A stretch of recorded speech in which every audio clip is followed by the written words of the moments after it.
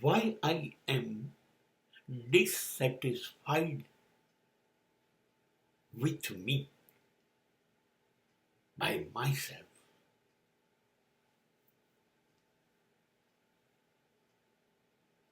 મને કેમ મારાથી સંતોષ નથી? મને કેમ મારા વ્યક્તિત્વથી આનંદ નથી, શાંતિ નથી? શા માટે એવું છે? મારી પાસે એક સીધું સાદું મારું પોતાનું ઓબ્ઝર્વેશન છે કે જીવનની બે જ ગતિ હોઈ શકે. કાં તો સમાજ તરફ જવાનું છે અને કાં તો પરમાર્થ તરફ, ઈશ્વર તરફ જવાનું છે. બેમાંથી એક રસ્તા ઉપર જવું પડે. જો હું સમાજના રસ્તા ઉપર જઉં છું તો મારું જીવન વેડફાઈ જશે અને મારે વારંવાર જન્મ લેવો પડશે, મૃત્યુ પામવું પડશે, કેમ કે હું સમાજના રસ્તે ચાલું છું. અને ઈશ્વરના રસ્તે ચાલીશ તો મારે સમાજને છોડી દેવો પડશે, મતલબ સમાજમાં રસ લેવાનું છોડવું પડશે.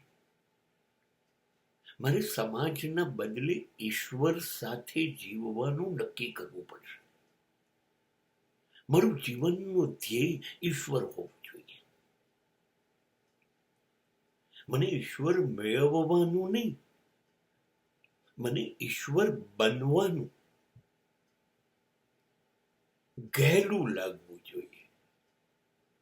મારે મારી જાતને તૈયાર કરવી જોઈએ કે હું ઈશ્વર બનવા માટે શું કરું. પહેલું પગલું મારે સમાજથી છૂટી અને મારી જોડે, ઈશ્વર જોડે જોડાવવું જોઈએ.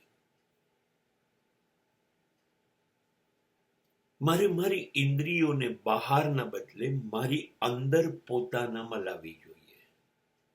મારી બધી જ વૃત્તિઓને શૂન્ય કરી દેવી જોઈએ.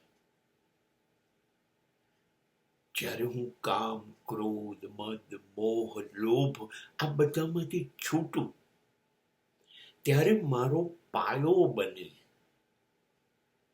ઈશ્વર તરફ જવાનો, રસ્તો ખુલે. જો મારી ઇન્દ્રિય અને મારી વૃત્તિઓ મારા કાબુમાં આવે તો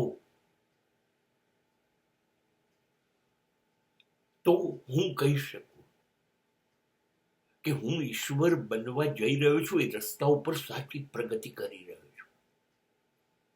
પણ હું એવું કશું નથી કરી રહ્યો. મારી પાંચે ઇન્દ્રિય મારા કાબુમાં નથી. મારી પાંચ વૃત્તિઓ મને છેતરી રહી છે. હું એમાં જ ડૂબેલો રહું છું. હું એમાં મારો ભોગ લેવાઈ ગયો છે ને મને એમાંથી જ મજા આવે છે. ઇન્દ્રિય અને વૃત્તિઓનો હું ગુલામ છું. એ લોકો જેમ મને રખડાવે, દોડાવે એમ હું દોડું છું, રખડું છું. મને સમાજ વાલો લાગે છે. સંબંધો, સગાઓ, મિત્રો, કુટુંબ, સંપત્તિ, સમૃદ્ધિ, સત્તા, પ્રસિદ્ધિ, આ બધું મને બહુ જ ગમે છે. ખબર નહીં, જીવન અસત્ય, અન્યાય, અનીતિ, અધર્મ, સ્વાર્થ, નફરત આ બધા રસ્તાઓ ઉપર જાય છે. હવે આ તો બિલકુલ જુદી દિશા છે. એ દિશામાં તો પરમેશ્વર છે નહીં. એ દિશામાં જીવન જ નથી. એ દિશામાં માત્ર પતન છે, માત્ર બરબાદી છે. અને હું સતત મારા શ્વાસ અને મારું આયુષ્ય એ દિશામાં વેડફી રહ્યો છું. જે દિશામાં જવાનું છે દિશા તો હું ભૂલી ગયો, ચૂકી ગયો. જે દિશામાં નથી જવાનું એ દિશા પાછળ આંધળી દોટ મૂકી છે.